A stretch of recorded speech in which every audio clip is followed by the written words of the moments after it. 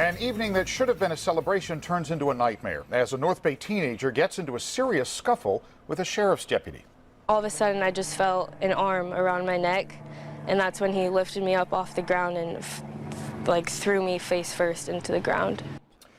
Good evening, I'm Dan Ashley. And I'm Cheryl Jennings. Thanks so much for joining us. That 18-year-old woman is now suing the Sonoma County Sheriff's Department tonight, claiming a deputy used excessive force. She says she was arrested for no good reason after her high school graduation party. ABC 7's Vic Lee joins us now from Santa Rosa at the Sheriff's Office with a story you'll see only on ABC 7 News. Vic.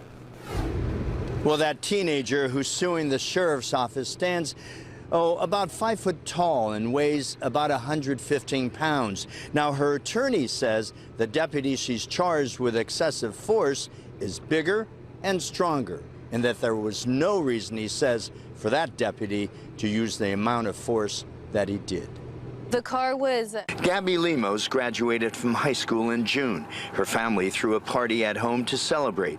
This is how the night ended for the 18-year-old, her face cut, bruised, and swollen. Gabby, her two sisters, and their mom told us that about 11 that night, hours after the party ended, a sheriff's deputy showed up. Gabby's sister, Shantae, was sitting with her boyfriend in his car in front of the house.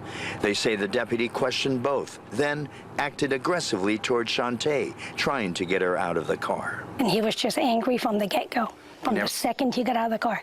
Gabby protested her sister's treatment. I told him what he was doing wasn't okay and that he couldn't touch us. She says the deputy turned his aggression toward her. Gabby walked quickly toward the house. And all of a sudden, I just felt an arm around my neck, and that's when he lifted me up off the ground and threw me face first into the ground, just right here.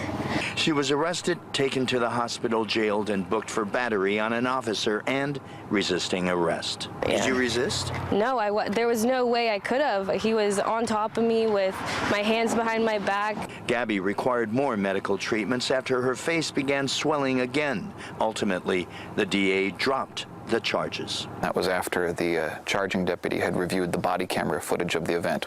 Lawyer Isaac Schweiger has long criticized the sheriff's office for the conduct of its deputies.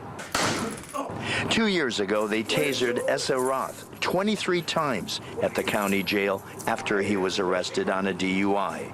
Last month, a group of inmates at the jail charged they were systematically beaten and tortured. Excessive force lawsuits are pending in both cases. And now, this.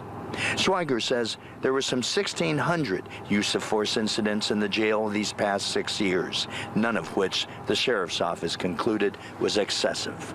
What it tells us is that there's no one to police the police. The sheriff's office says it can't comment on pending lawsuits, but adds only a small percentage of those use of force incidents were contested as excessive, and that none of those charges were found to be true. Vic Lee, ABC 7 News.